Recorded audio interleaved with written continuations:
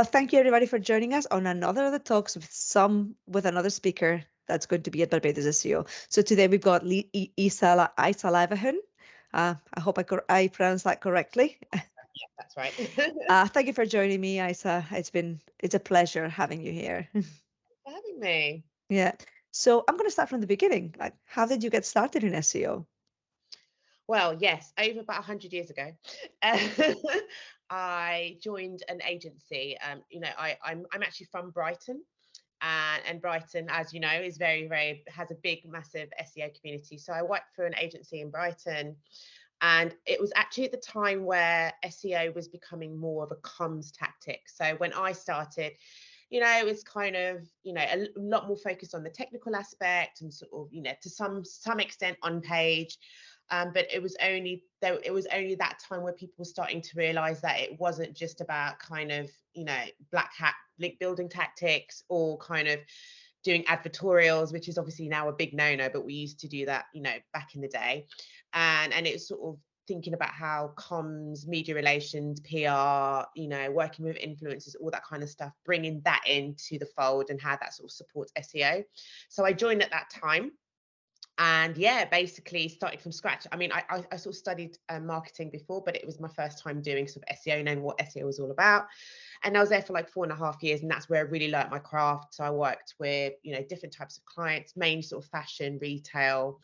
And it was literally working on, learning everything about SEO, category pages, keyword focus, keyword research, lots and lots about audience insight, literally looking at search demand, look at what people are searching for, queries they're searching for, and then creating relevant content and stories around that to kind of get that sort of authentic, real, authoritative links. Yeah, and that's kind of from there, that's where it started. And I've kind of been sort of obsessed with SEO and all things link building since. And what got you hooked on SEO? What makes it interesting for you? Yeah, I think it's kind of a solid core of sort of in terms of sort of digital. It's you get tangible results. So in terms of SEO, essentially Google looks for what audiences like. That's how it kind of Yeah. prioritizes content that it shows, right? So this could be done in any kind of sort of digital format. That's kind of people kind of advocate for it. So any kind of content or story that people like, that's what Google likes, and Yeah. therefore how it kind of ranks. So you can kind of do anything within their sort of SEO umbrella, as long as you're thinking about what people are searching for, what's trending, what's popular, and how you can be an expert to join the conversation in that sort of space in an authentic way. So I got really obsessed with that, because you can prove your work by just showing, by tying everything up. I find sometimes a lot of departments work silo. So the PR department will work Yeah. separately to the brand department, will work separately to the social department. And actually SEO is the thing that can bring it all together. So you get more you get more worth for your marketing budget if you kind of make sure that SEO is aligned at all of those to kind of reach that goal. You're mentioning that you'll basically learn SEO on the job by working at an agency. Yeah. Is there anything you wish you would have known before, like when you started? Um, Not really. I think I learned a lot at that time, and I think it was at the time where um, brand and brand awareness and PR was kind of coming into the fold. So I think we were all learning as we go. I guess the only thing I kind of wish I had learned is that SEO is marketing. It just seems to be still to this day, still kind of put either as a separate kind of like entity, or like, oh, we think about SEO afterwards, or nearly like sort of the poor cousin of marketing. And it's not. And I think I wish, even now to this day, that people would literally just see SEO as being very much part of the marketing fold, from brand to any above the line tactics to persona insight, all of that stuff. SEO is can still be at the core of that. Hmm. What was the biggest challenge back when you started, and what's the biggest challenge in SEO these days? So biggest challenge back then was, again, getting the foot through the door with Yeah. PR and brand. So we worked a lot with, when we first started sort of introducing digital PR and sort of using outreach and media outreach, Mhm. PR departments were very territorial and very like, no, you can't go out to our contacts. No, you can't sort of sell in the story. No, you can't, outreach in any way. We were really like, there was so much kind of you can't do this. Yeah, people worked in silos. Yeah, like it was very, very, very, very hard to kind of convince them that, we would absolutely do things that were on brand. We would create stories that aligned. We would kind of, if anything, leverage and extend their department rather than try and compete with it. So that was super, super tough in the beginning. And, for ideas to get signed off and media lists to get signed off and all that kind of stuff, it was super hard. Now, I think sort of the link volume. So people, especially SEOs, they kind of say, we want 25 to 100 links in a short space of time. There's too much focus on, getting loads and loads and loads of links at a short space of time, where actually the focus should be, yes, like link quantity does matter. Absolutely. If your competitors got more of a, higher backlit profile than you have, chances are they will rank, higher. But it's not all about that. There's loads of pages that sort of rank higher than others, even though they don't have as many links. So it's really about sort of quality, relevancy, and making sure that Google is literally putting the best content forward. So it's not always about having loads and loads of links. And I think there's still like a little bit of a fight with the people getting the links, and maybe either stakeholders, clients, or SEOs, kind of saying we want this many links. It's like, yeah, it's quite hard to do it as well. Yeah, if you could give a tip to someone wanting to start working in the industry this year in 2023, what would that be? What would you advise them? I would say use as many tools. There's loads and loads of tools out there to kind of get insight from. So use as many tools to learn about your customer. And I think that's what's super important. Sometimes there's a missing gap where you kind of get given a brand and you kind of get given nearly and these are our customers and this is our demographic and this is the segmentation. And then you kind of run with that. I think in this industry, you kind of have to do a little bit of detective work to really find out actually what is the content that's missing, what other audiences might be interested in the product or service, what content or kind of expert commentary could we give these audiences to kind of really help them. So I think it's super, super important to kind of do a bit of detective work and use all the sort of free available tools out there. I mean, obviously AI, I would say, you really need to be on top of learning how to use AI. I think it's less about being scared about AI and, oh my God, AI is going to be taking over marketing roles. It's not about, it's literally learning how to, A, make your work easier, and B, make your work even better. Because, at the end of the day, you as a marketer are the creative. You're the one that's kind of got the mindset and the thinking. And essentially AI helps you to kind of do that times 10. So I think definitely learning about AI is important. And then I would also say personalization. Everything is super customer centric at the moment. And again, sometimes with SEO, we sort of get too much into kind of worshipping Google and Google guidelines when Google looks at what customers want.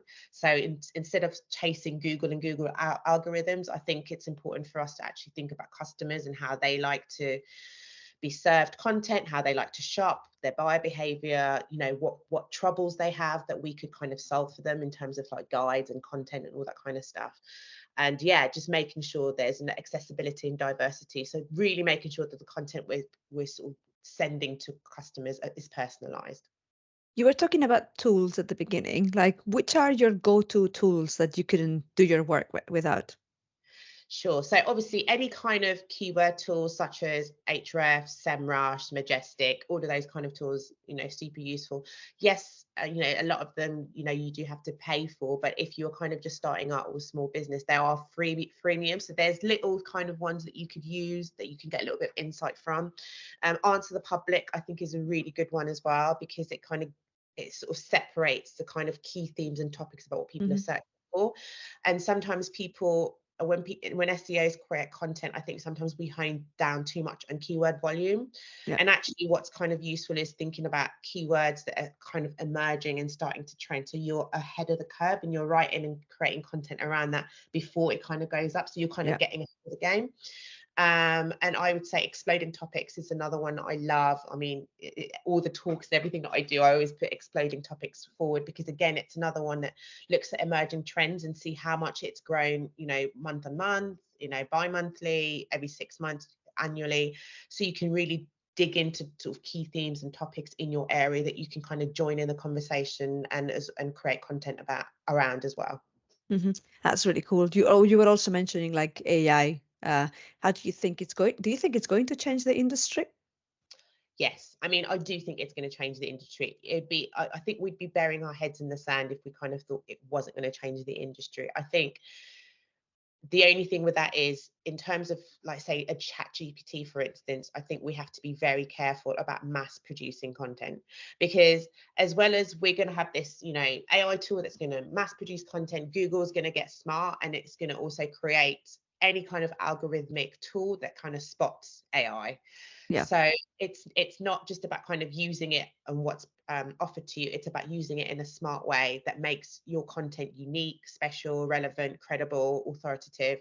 And yeah, just using it in a way that kind of gives you a superpower rather than using it instead of what you would be doing before.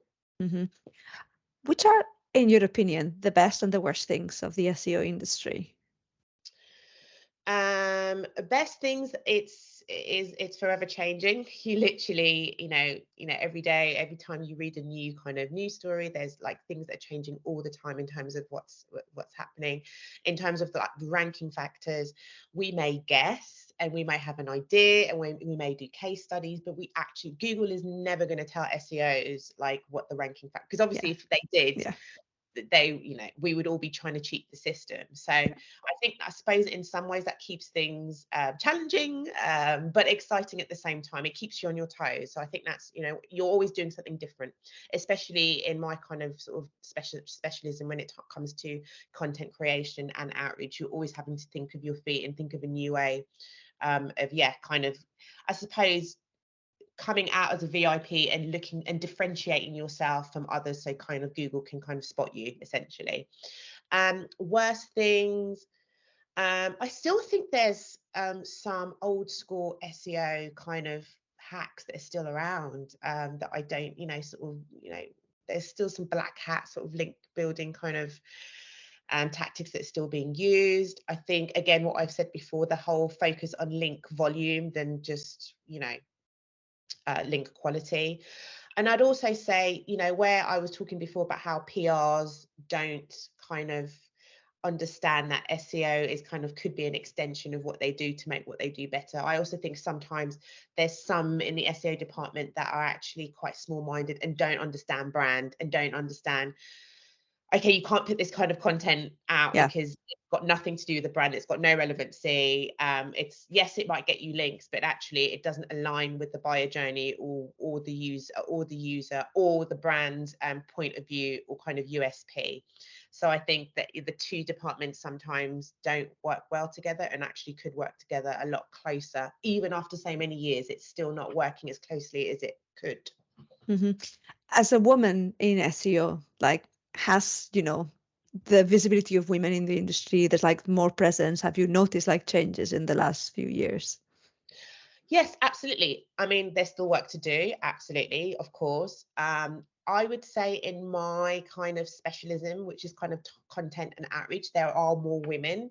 Yeah. I would say it would be more the sort of the tech SEO. And I do think, you've got like the women in tech and all that kind of stuff. That's really coming to fruition now, and there's more women having the confidence to go out there. I actually know a couple of people that I used to work with that are now owners of their own sort of agencies. So I do think it's happening and there's more kind of respect, but there's still a minority, and there's still kind of, I've heard stories where people have gone to client meetings and someone's talking about a sort of site migration and the head person was a woman and actually the client was talking to the guy.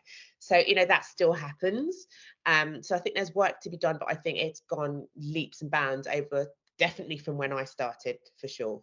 Yeah, you were mentioning that, I also like specialize in content because I come from a journalism background, and so like you do Yes. like more content. Why do you think like most women who work in the industry, they're focused on the content side of things and not the tech side of things?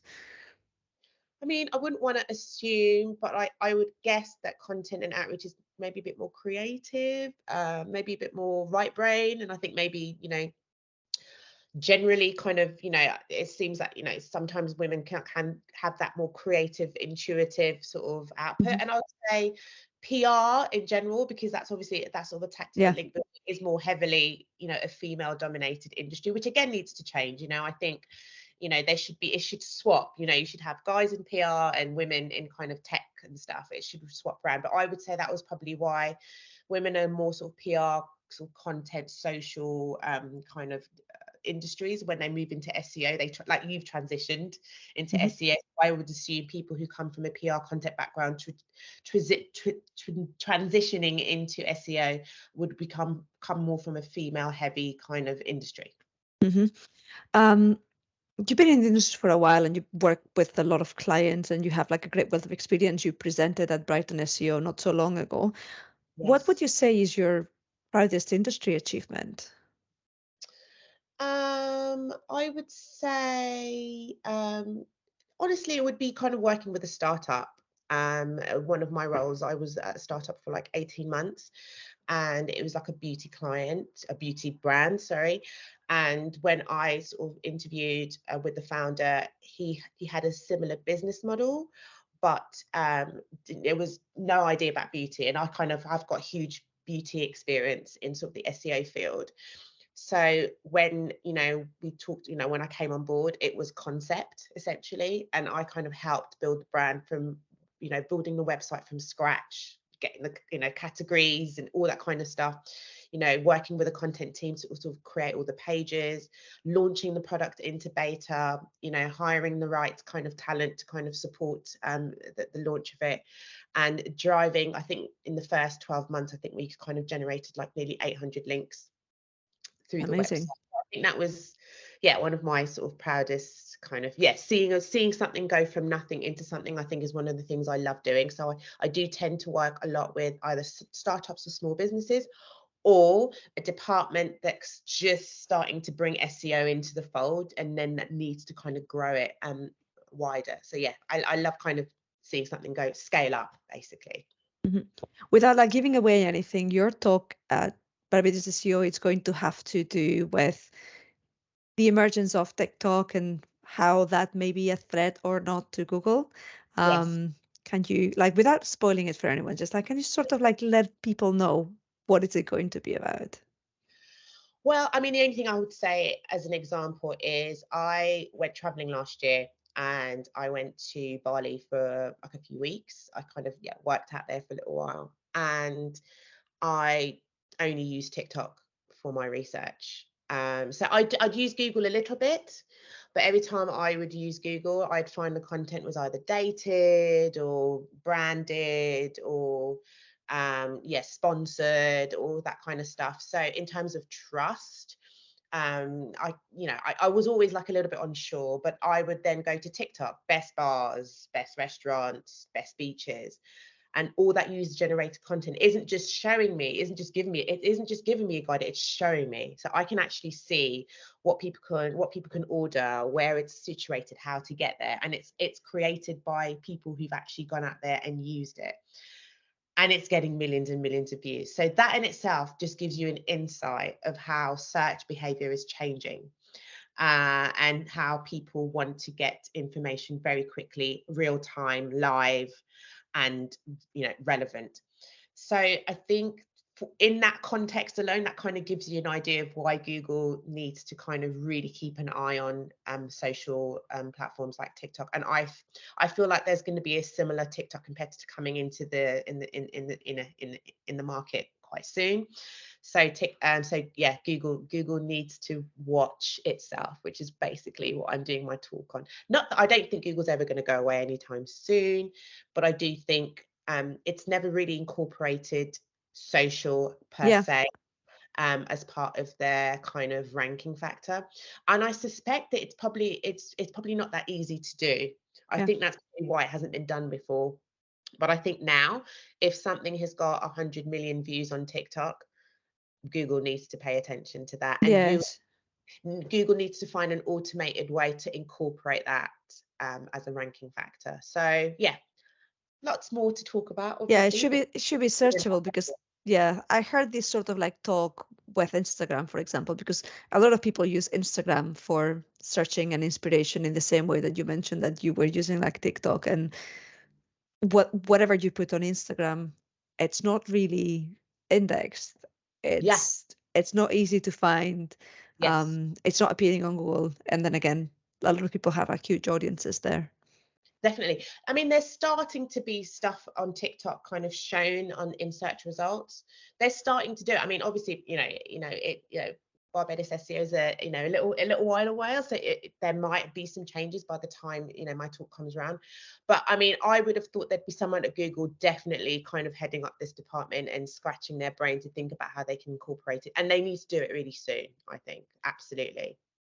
Is the fact that the industry moves so fast one of the Yeah. biggest like challenges that you and me and anyone who works in the industry is facing? Absolutely. I mean, I think earlier I said it's one of the things that I love, but it's also one of the things that is more challenging. And that's why I think being ahead of the curve, sometimes, even when you go to sort of, events and you read articles and newspapers, I think it's always good to kind of think outside the box to see what else you can bring into it and do like research in your industry, because industries are so different.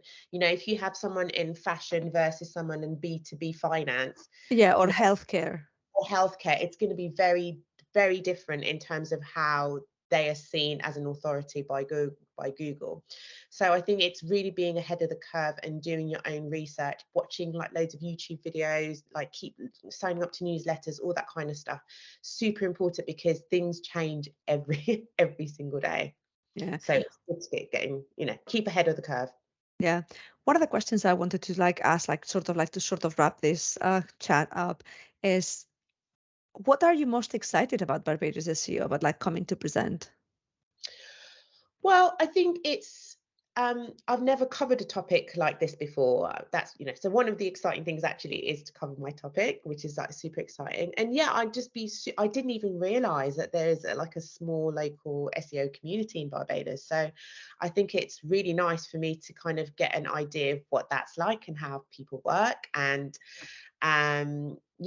just sort of seeing a different perspective on how internationally how people do SEO, because I'd say my experience, yes, I've got international experience, but I think it has been mainly UK based. So I'll be interested to see, talks from sort of different perspectives from different markets and different, international kind of points of view, just to see if SEO is done any differently or if there's anything I can kind of take from it. And of course, I mean, it's Barbados. I'm not going to say that, that's super, super excited about, going there and sightseeing. And now that we're talking about Barbados, and that this is just the last question to just like finish this talk, how would you convince someone to actually get a ticket, come to Barbados SEO, and hear you speak? Hmm. I'd say, to be honest, it would be more like a kill two birds with one stone, because it's such a beautiful destination. I think, if you're kind of thinking, oh, I'm thinking about going on holiday, I think it'd be good to do both, really. So if you're thinking about going away somewhere along there, then it might be worth it for you to come to Barbados and get the ticket, because obviously I know it's quite far and wide. And yeah, I'd say in terms of in the SEO industry, my talk is very, very on topic, and it's very like on trend, and it's something that, as well as AI, I think sort of social merging with search, we've always kind of worked hand in hand together, but I think in some point in the near future it's actually going to go from this to like this, and I think we're at the cusp of it. So I would say that would be an interesting kind of, it'd be interesting to kind of start looking into that in more detail. Yeah, well, I, for one, am very much looking forward to hearing you speak there, and the rest of the team are looking forward to that. So thank you very much for joining us, Isa. It's been a pleasure.